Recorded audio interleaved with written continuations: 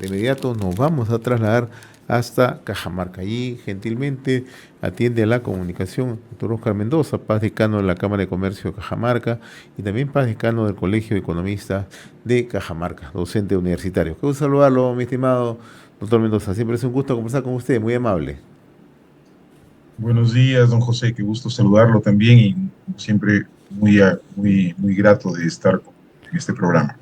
Se acaba de conocer un interesante informe, un estudio realizado, encabezado por su persona, conjuntamente con estudiantes de la Universidad de Cajamarca, respecto al impacto de la minería ilegal en la provincia de Hualgayoc, ¿no? ¿No? ¿Cuáles son las principales conclusiones de este estudio? Que creo que es el primero que se realiza en las circunstancias que se registran por parte de la minería ilegal.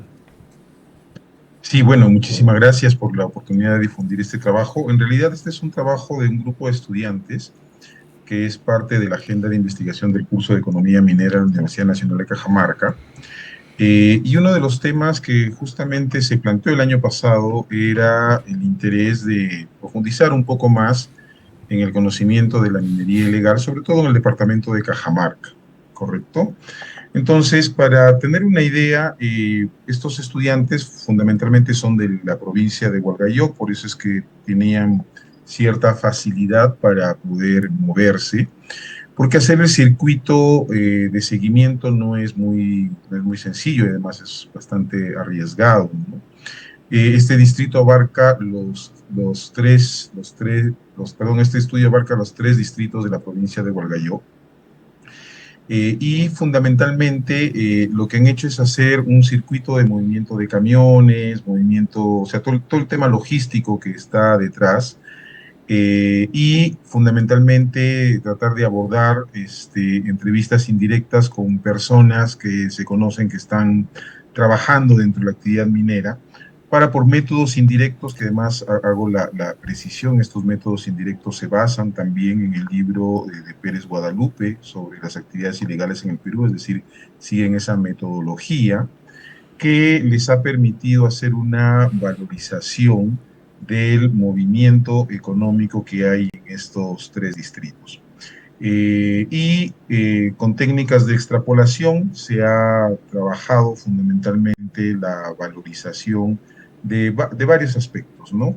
En primero, el valor de la producción de la minería ilegal en estas tres provincias es bastante alto. Estamos hablando casi de 6 mil millones de soles al año. Es una cifra bastante grande, si ustedes se dan cuenta. Pero lo novedoso de esta metodología es que se ha valorizado también es cómo sería esta actividad si fuera formal, es decir, qué otras cosas aportaría a la economía peruana.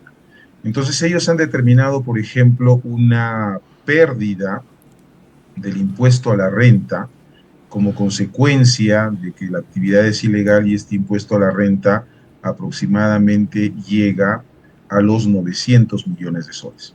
¿Sí? Y si nosotros deducimos la mitad de ello, correspondería a canon minero, es decir, casi 500 millones de soles estarían por el orden del canon minero que se deja pagar por esas actividades que son ilegales. En términos de costos laborales, hay una evasión de costos laborales que alcanza los 783 millones de soles, que también es una cifra muy grande. Y en términos de evasión a contribuciones de salud, porque evidentemente se necesitan hospitales para atender a todas estas personas que no tienen ningún acceso a la salud, estamos hablando de que esta evasión estaría por el orden de los 144 millones de soles. Entonces, esto es una cifra muy interesante en el sentido que nos plantea no solamente el análisis de la actividad ilegal, sino los esfuerzos que debería hacer el Estado por recuperar esos recursos. Lo otro que ha sido un poco más difícil de establecer la valorización es el tema de externalidades, es decir, el impacto ambiental, todos aquellos costos sociales que esta actividad genera para toda la ciudadanía. Esto está alrededor de los 3.500 millones de soles, es decir, casi la mitad del volumen de producción. que tendría esta actividad en un año, porque la valorización se ha hecho para un año, es una metodología estática, pero nos aporta algunas cifras muy interesantes, sobre todo para reflexionar otros espacios que probablemente no vemos. Por información de otros amigos que viven en la zona de Sorochuco, el nivel de lo que estaría la zona de Sorochuco sería probablemente mayor que el de Hualgayoc, porque Hualgayoc tiene la ventaja de que es muy visible desde la carretera y demás, entonces los yacimientos son un poco más solapados, como se dice. En el caso de Sorochuco no es así, la situación está un poco más grave. El otro espacio territorial que probablemente tenga un volumen menor es la zona de Cajabamba.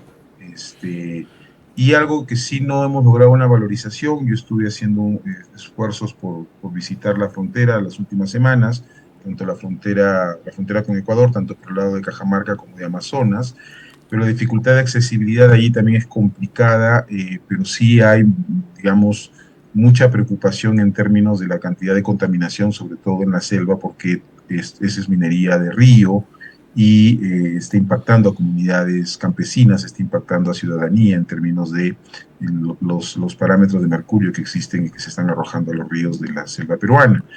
Y que esta es una actividad que tiene una característica muy interesante y es muy distinta a la que tenemos aquí en el sur, y es que es una minería ilegal que viene promovida desde ciudadanos ecuatorianos, ¿no? Lamentablemente, esta situación ha generado un percance a nivel binacional. Si recordemos que están suspendidas las relaciones entre Ecuador y Perú, con lo cual lamentablemente, la decisión del gobierno peruano es lamentable, se ha inviabilizado las zonas francas, que era un mecanismo, un instrumento de desarrollo de las fronteras, y mientras no se desarrollen las fronteras, esas actividades evidentemente siguen teniendo toda la permisividad Ahora, para seguir, ¿no? ahora, doctor Mendoza, eh, Uh -huh. en función a este estudio que se ha realizado, y es importante conocer un poco, de acuerdo a lo que usted nos está graficando, todo este impacto que se tiene en la provincia de Hualgayoc. Nosotros hemos recibido información de manera constante de lo que ocurre en puntos en Hualgayoc, como la zona del Tingo, como la zona de Sinchao, como la zona de Chubur o el propio Bambamarca. Incluso una funcionaria de la Municipalidad Provincial nos explicaba que vivían muy preocupados ya porque Bambamarca estaba ingresando minería ilegal, ¿no? Y otros puntos de la provincia. Viendo esta situación y con las consideraciones que usted nos está planteando, ¿qué oportunidad está perdiendo Hualgayoc con este ingreso, este desborde de la minería ilegal? Y que si lo extrapolamos a una actividad normal, ¿qué oportunidades podrían lograr? ¿Qué oportunidades pierdan con la minería ilegal en estos momentos? Bueno, justamente uno de los aspectos importantes que tiene el gobierno es conseguir recursos para promover el desarrollo. Y aquí también es triste porque existe tolerancia en los ciudadanos de esta actividad, porque muchos de ellos refieren lo siguiente, que, o sea, ellos prefieren la minería legal porque les compra, porque les da recursos, porque les da trabajo, porque reduce pobreza, y prefieren que sea ilegal porque si los recursos pasan al gobierno, el gobierno no hace nada. Y el gobierno está muy lejos de la ciudadanía y demás. Entonces, este es un tema, una realidad muy concreta que hay que decirla tal como es, porque creo en lo personal que el fracaso más importante que ha tenido país en los últimos años es la inacción del Estado y su incapacidad para llegar donde tiene que llegar.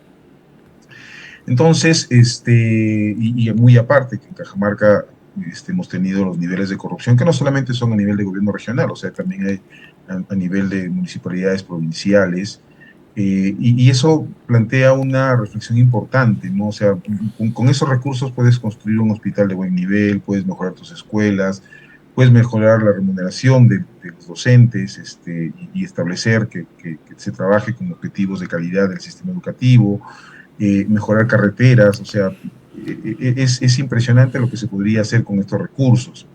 Lo que es triste es justamente que el gobierno, a todos los niveles, ha perdido la ruta de la meritocracia, ¿no? no le exigimos muchos requisitos a nuestros candidatos. El otro día vi un reportaje justamente de la cantidad de profesionales que presentaban las listas de candidatos de diputados y senadores, y es muy triste tener que una gran mayoría de partidos donde menos del 50% son profesionales, ¿no? Y si uno analiza lo propio en las municipalidades es lo mismo. Y evidentemente también el tema político está sujeto a intereses, ¿no? Yo busco generar beneficios para las personas que votaron por mí, el resto no me importa, ¿no? Es una vendetta del tema político, y muchos de los proyectos no se formulan con una orientación real de cierre de brechas y un análisis específico de cierre de brechas. Entonces, muy al margen de esto que es, digamos, de sentido común, de qué podríamos hacer con los recursos de la minería, y aún así, si formalizamos la minería ilegal, hay una tarea muy grande en el tema político y en el tema del sistema electoral que tiene que cambiar para tener resultados distintos, ¿no? Y eso lamentablemente no va a suceder en el corto plazo. Y entiendo y hasta cierto punto empatizo con las personas que tienen afirmaciones de este tipo porque se sienten aisladas y excluidas del sistema, ¿no? Ahora, el otro aspecto, y usted lo ha mencionado hace unos instantes, es el impacto en el tema ambiental, ¿no? Y a qué nivel está llegando con toda esta expansión de la minería ilegal, específicamente en la zona de Hualgayoc. Y si también hay otras experiencias que se pueden tocar en el caso puntual de Cajamarca. Sí, bueno, el tema de relaves es un tema muy importante, ¿no? La característica de la minería en Hualgayoc fundamentalmente usan insumos químicos para el refinamiento de primera etapa, cuyos efluentes son arrojados a las quebradas y terminan fundamentalmente en los ríos, ¿no?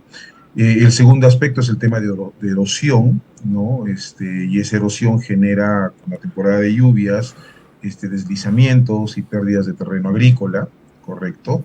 El otro tema que también es importante es el tema de enfermedades ocupacionales, como los estándares de seguridad son muy bajos, y por lo general trabaja mucha gente joven en estas actividades, porque eso es lo que buscan los dueños de estas operaciones ilegales, porque en el corto plazo ellos no van a sentir el impacto de los gases dentro de los socavones, o del contacto con químicos que van a afectarles a la salud. Y esto no se mide en el corto plazo, porque fundamentalmente es un negocio de buscar, traer personas jóvenes, trabajan un tiempo, luego sacarlos, traer otro, luego sacarlos. No se tiene ese cuidado, esa parte es mucho más difícil de medir, porque estamos hablando de reducción de esperanza de vida. Y el otro aspecto muy importante, que además ya lo vivimos en el país desde hace un buen rato, es el tema de inseguridad ciudadana. Es decir, estas actividades necesitan protegerse, necesitan tener cuidados, y el tema de sicariato vinculado a estas actividades está altamente vinculado. Eh, el lavado de activos, que es un tema bastante clave. Uno se da cuenta en Cajamarca que muchos grifos tienen precios más baratos que los grifos de la costa, y esto fundamentalmente se basa en una estrategia de lavado de activos, que existen hoteles que sacan préstamos y se pagan en menos de 6 meses. O sea, son mecanismos que se está teniendo para lavar el circuito del dinero de la minería ilegal, ¿no? Y estas son las consecuencias de tener que vivir en una ciudad, en un departamento inseguro, en un país inseguro. Y el gran problema que tenemos, y justamente también hay que mencionarlo, que es parte del control ciudadano que tenemos que realizar, es que este dinero también se va a los candidatos, porque estas personas necesitan defender el marco normativo que les permite operar ilegalmente. Y esto está vinculado con el reinfo, está vinculado con obstaculizar la acción del Estado para el control, y fundamentalmente eso se consigue pagando a candidatos que después van a defender sus intereses en el Congreso. Entonces, esto también hay que mencionarlo, porque es parte de lo que se está viviendo ya actualmente en la campaña. A propósito de lo que usted menciona en la parte final, doctor Mendoza, o sea, ahí tenemos un riesgo latente, ya no solamente ese control territorial cuando se invaden terrenos, áreas privadas, ¿no? O áreas protegidas, sino también ya el control económico de la zona y un tercer aspecto, el control político, que es lo que usted con mucha precisión lo está dando a conocer, ¿no? O sea, estas economías ilegales, como tienen ingente cantidad de dinero, lo que hacen o lo que podrían estar haciendo en estos momentos es ya financiar, entre comillas, campañas políticas, ya no solamente a nivel macro, sino también a nivel local. ¿Esto puede ocurrir?